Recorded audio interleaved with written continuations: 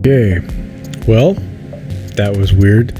I did an entire 2-hour live stream coloring a comic panel this morning, and I did not have audio, so that was stupid. But tell you what, because I don't want to sit down and talk again, whatever, explain what happened.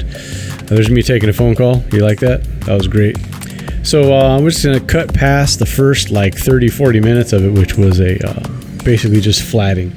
I was flatting the main characters and flatting out the lightning shapes, and so that was pretty boring. It seems like there's a little freeze frame going on here. What I have is a background layer which encompasses the body and the bulk of the bridge of that starship, right? Those are the black lines there. I cut out the windows, and underneath that in the layer level I have the blue sky layer. So here I have it isolated, and I have the perspective tool still dialed in right where the perspective lines are for the body of the ship. I'm just taking a screen airbrush with a light blue color. I'm following the radials of the perspective tool. I think that's what they're called. They're all pointing towards the focal point in the middle. So I'm changing the size, changing the opacity. At one point I'm getting my ink pen as well that's set to screen. Using the same color, adjusting the opacity, and just adjusting my technique so that I can dial the lines in and make like the illusion of motion is basically what you're going through here. So just do it all by hand. So you know that once you get close to the quote-unquote equator of the perspective tool, you got to kind of pull down so that you know you're on the radial and not on the horizon line. Same thing goes when you're going to almost perpendicular. You got to make sure you're not on the perpendicular. If you ever use perspective tools, you know what I'm talking about. So I'm using Bloom. Bloom was like an effect there, and it just kind of takes whatever's on the screen and it desaturates it, brightens it up, etc. So it looks kind of like the starship going through the hyperspace field going on. So on top of that, layer number 2 there, it's cut out like a window. So anything underneath that's going to seem like it's outside the window. So I'm going to color the ship on the inside. One tool I started learning was separate everything, make nice dark paper doll cutouts on different layers of the characters and the stuff that you want to stand out. But start at the back of the picture, start at the back of the panel, and color the back forward, right? So we're going to start darkening things up, darkening the characters up, getting the mood. The mood is like the hyperspace is shutting down. They're reserving power to use hyperspace drive. So some of the lights are off. It's dim in there, but the blue light is coming through the front panel, and it's illuminating the whole bridge cabin area.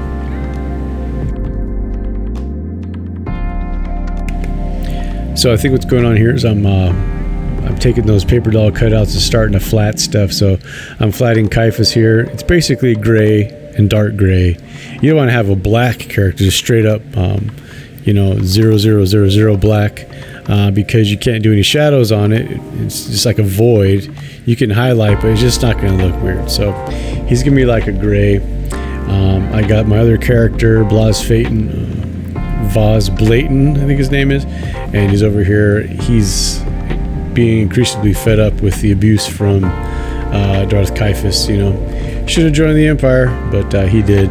But he's a stickler for his duties and etc. But he doesn't like how the crew's being treated. Caiaphas has like these fits, and so when he goes in kind of these fits, he ends up hurting people, destroying equipment on the bridge, etc. They get it fixed. He has another little Caiaphas fit, and they have to fix it again. So it's happening here. So I have Blatant Foz on the foreground layer, and then the guy sitting next to him that I'm flatting right here and Caiaphas are on a secondary layer along with that bridge console right behind him, and also the lady standing far off on the other side, she's on the other secondary layer too for character level layers, etc. I'm dropping some flat colors for the screens. And there's going to be a light source later on, right? some of them buttons, making up some stuff there. Got a little corner sticking up of put a little yellow button. The console is behind the black guy, but the guy sitting next to him is part of the console layer, so I have to differentiate there. So I'm flattening this lady here. She's going to be that same gray. For her, I'm just going to do very simple colors and stuff. I'm not going to put in facial features, whatever, because she's far away and it's too much information. You don't need that much information in the background, taking away from the main character and what's going on. So you focus with details where you want people to look and check it out. So I could do every rivet and put texture on the ceiling and stuff and the floor, but basically it's a reflective metal surface and I want to use it to create the mood, right? I believe I darkened up the background here using the hue, saturation, and lightness dialog on the sliders there, just to do that real simply. I'm taking some color from the viewport that's bleeding into the cabin space and lightening up some of the pillars, purlins that go across. I don't know what you would call those. I can't just draw like a flat ceiling. It's got to have some kind of texture in it, you know, for integrity of the whole, keeping it from getting squished under heavy gravity or falling apart under the lack of gravity. So just some light coming in. I'm trying to think of what surfaces would be touched by the light, and it's basically all the under surfaces of that area. I'm taking time to do some of the weird little mechanical structures on top. I don't know, like a Star Wars air conditioner or something, whatever that is, some unit hanging down that does something. The thing about Star Wars is it's not this clean sci-fi tech kind of universe. It's kind of everything has utility to it. It's usable. It's used. It's been described as used space before, and so that's kind of what I'm going for. And everything's not all perfect sci-fi sterile, but it's been used, abused. These particular Star Destroyers are older anyway, kind of going out of style, and that's why the Dark Hunters are stuck with them, because they basically got their credibility ruined with the failure to kill Elion Jess, and so got their budget pulled. Kaifas got his armor taken from him, but now he's kind of rebelling, doing his own thing, and putting his armor back on, spiky shoulder pads, etc. Just showing that he's rising himself up in power and his own ego and his own strength. So I think it looks like I'm fine-tuning some of the edges. Sometimes your selections bleed over a little bit because you didn't make them perfect. I'm being ergonomic using the polygon mask tool, so I make straight lines, but sometimes they're a little bit off from the artwork.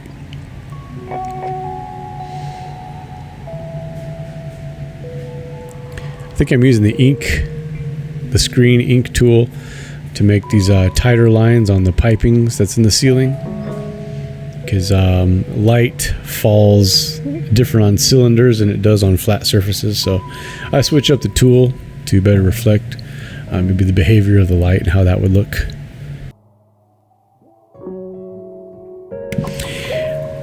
Interestingly enough, this scene is a kind of epilogue of sorts as we go into the final battle chapter that's coming up.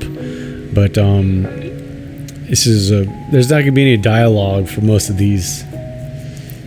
But Elion Jess is giving Terrace an inspirational speech on how he needs to rise up and fight the Sith and protect his new friends and save his new friends and leave the past behind, etc.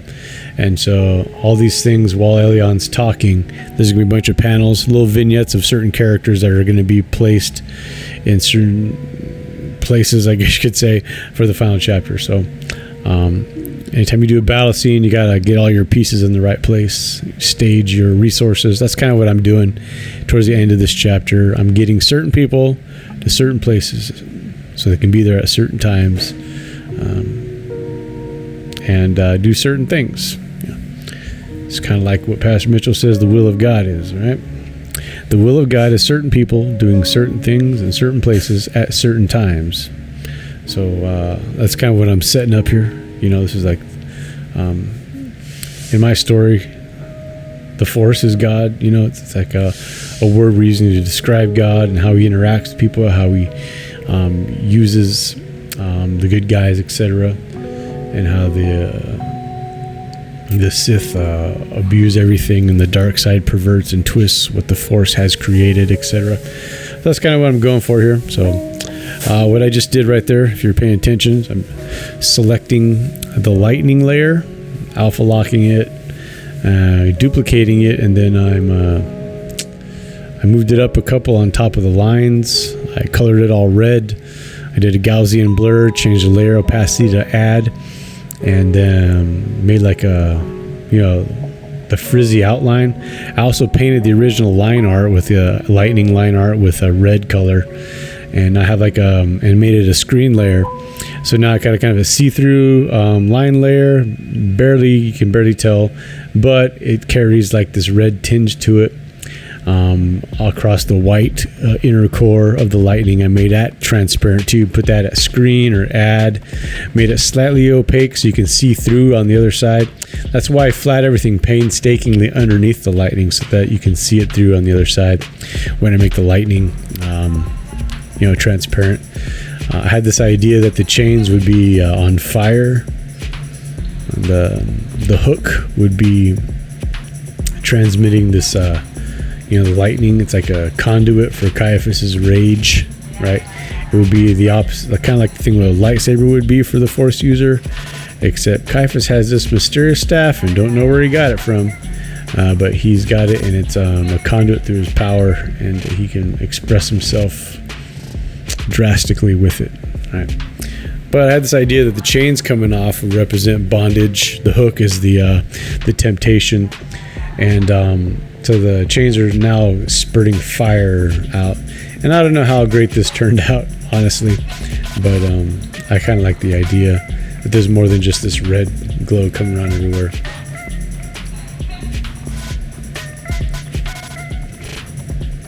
All right. So I also brushed some of the same red on a layer on top, and then I went back, made that a screen layer, changed the color of everything underneath it that was not white. See, there he goes. I'm just adjusting it there. I also went to the line layer, and I took a dark red and I colored the lines, did a color hold on the lines, made them red so that they weren't black or something else, and they kind of absorbed the light a little bit too.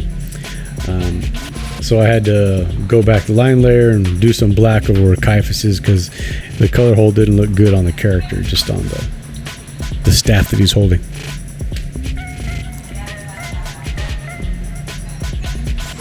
Yeah, I think that was good. That was my good of the lightning. It's semi-translucent. It has color. And it is casting light on everything in it around it, right? So that's what I'm doing here.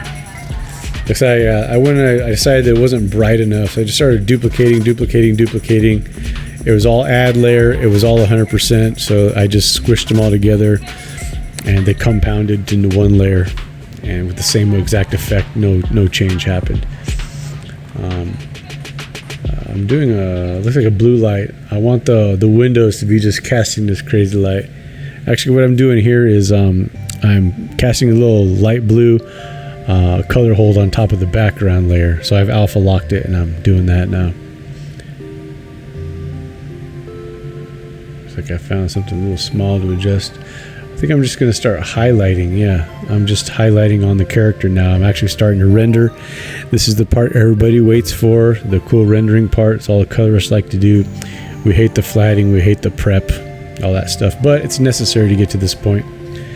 If you organize yourself while you're flatting, while you're preparing and setting up the page, then you can tear into the rendering with confidence and with less confusion. So I'm just adding I'm taking one color with a standard brush and brushing in these huge areas where the light's going to fall. Then I'm taking the same color but with a brush set to screen mode, and on screen mode I'm putting like highlights on top of the highlights. So that's why I'm getting like a multi-layer kind of a lighting, giving the clothing some depth, some ridges. And so my normal color kind of establishes the area that's being lit. The screen brush puts the highlights on top of the area, even a smaller area, giving it kind of the illusion of height and depth, like in the wrinkles, going down in there. Via the line artwork, I've built in rim lighting for a lot of these characters via the way I drew them. So that's going to come into play in a minute. But I'm trying to think, when you're doing this, just where would the light hit? His arm is swinging back like this into the field of light behind him. If it was in a forward swing, it probably wouldn't catch any of that red light because it's trailing behind him. Like he's leaving anger and hate and rage in his trail wherever he goes.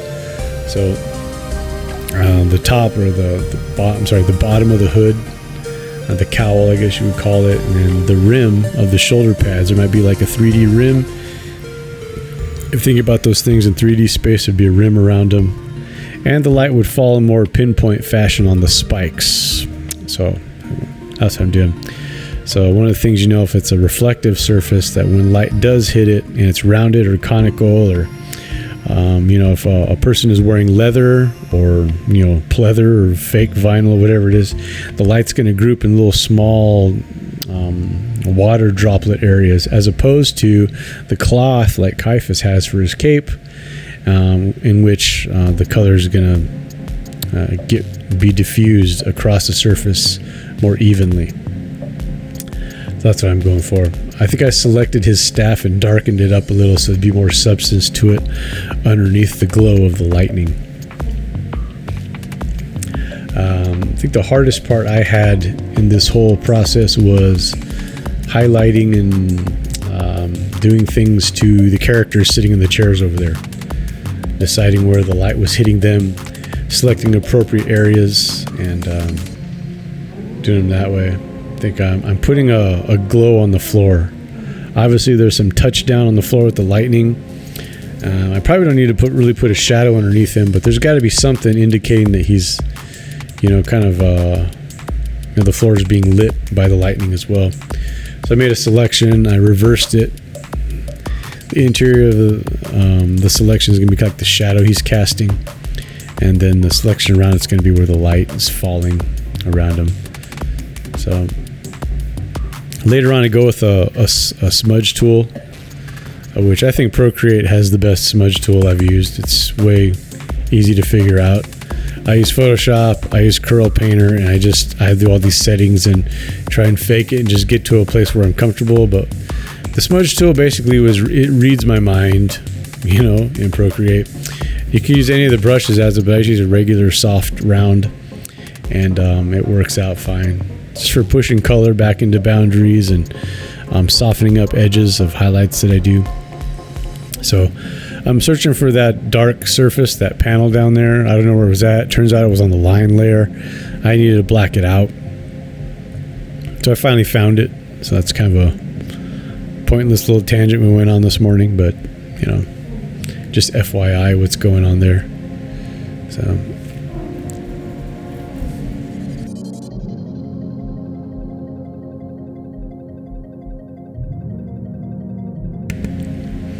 a little thumbnail video reminded me that I'm thirsty. My voice is a little raspy right now, so hope you don't mind. Well, I guess you don't care. Probably, but anyway, so here we are. I'm starting to add highlights to the furniture over here that they're sitting on. All I can think of is like little office chairs. They got a cylindrical base just embedded into the floor of the bridge, and it's like, you're not going to move anywhere, you're not supposed to be comfortable, you're here to work, do your 12 hours and get out of here, let the night crew take over. So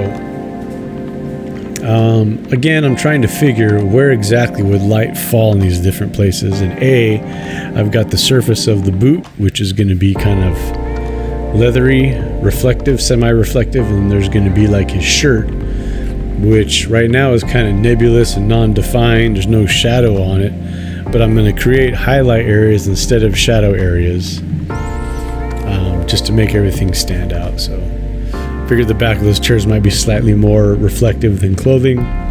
So I'm putting a section in there that might be more reflective, strips down the middle that are more reflective, groupings of light along the edges, and doing it that way. I came over here and dialed in this the side of Caiaphas's cloak and his arm as like a rim light coming from the ambient room. He's headed straight for that window, so it's going to rim light him, and probably everything else. And everything else in the room would be just that straight up blue color because of the light coming off him, out of the window, I should say.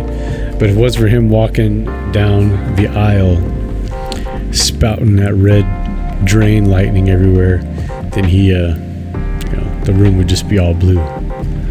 So I'm kind of following some of them art rules where you got like your warm colors in front, cool colors in back. It's exactly what's happening here.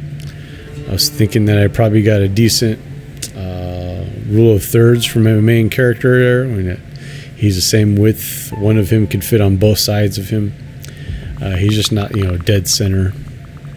If I would think overall composition rule of thirds, maybe there's a golden mean in there somewhere. If you start at Caiaphas's head and circle outwards, you capture some things, but I don't know.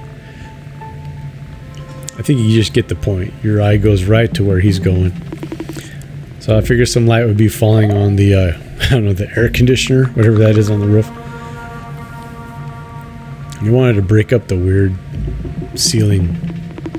There might be some kind of unit there that does do environmental controls and filters the air out, on the bridge. Life support system kind of thing, maybe. So that's there. I think I'm brushing on some texture.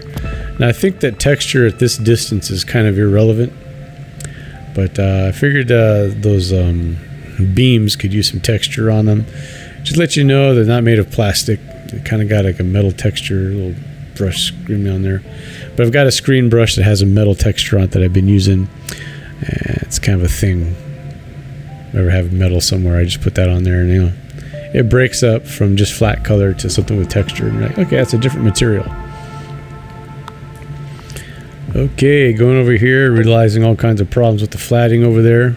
I remember back, I'm putting like the normal color and then the highlight color down the center of the old color. I'm just putting the blue on his boot because I think the lightning is still behind him, but the viewport is in front of him. So I drop his back into some shadow. Use my generic light blue shadow color with a multiply brush. And I got some of that monitor reflecting on his hat there. And I go over to the man in the chair. He's a secondary character, but he's going to have some role to do. I think I drop him down value-wise into the dark a little bit so I can highlight better. I drop some shadow in different places. That's going to be away from the lightning at least. On his face, different areas. And it looks pretty good already, but once I put the highlights in there, it's going to be like, okay, yeah, I get it now. So I think I have a regular airbrush to just drop color down, just straight color where I need it. It's kind of low opacity and bigger than the selections. I'm just kind of like, I wave it around a little bit in the area and just make sure his skin is reflecting the light, make sure his clothing is reflecting and absorbing, and then I'll put the highlights on top, which is going to change. The highlights is like the pretty part, the part that everyone's like, ooh, that looks cool. Right now I'm just kind of establishing that there's light on him, hitting him, and so that's how that works. That was very insightful, wasn't it?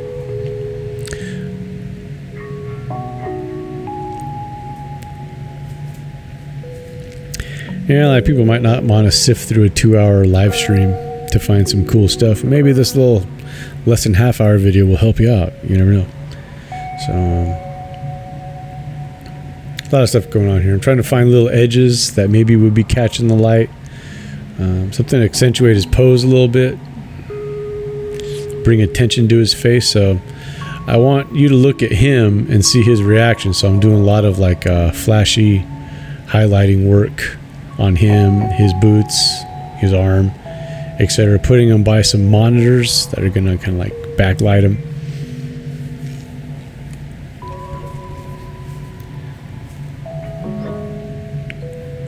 If you saw the end of chapter 2, you realize, yeah, these guys they're not completely satisfied with the status quo over here on the Abomination. So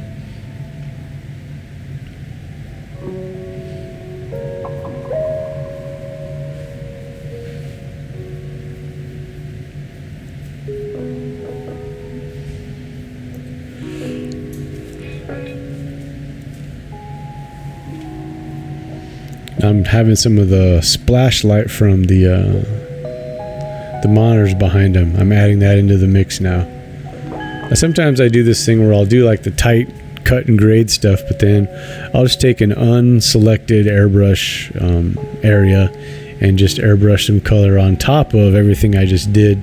It seems to give it more of a realistic look, or a more believable look than just the hard cut and grade stuff. I took some final adjustments here. This is mostly done, but I want to add some glowies, some glow from the monitor. But I don't want it to be super, obnoxious. So I'm doing a little tight fuzzy glows on top of that with a selection airbrush, Gaussian blur. Make it really controlled. That way, you look over there. I guess the viewport is silhouetting Caiaphas pretty good. And those two little monitors are going to silhouette the other character you have to look at too pretty well.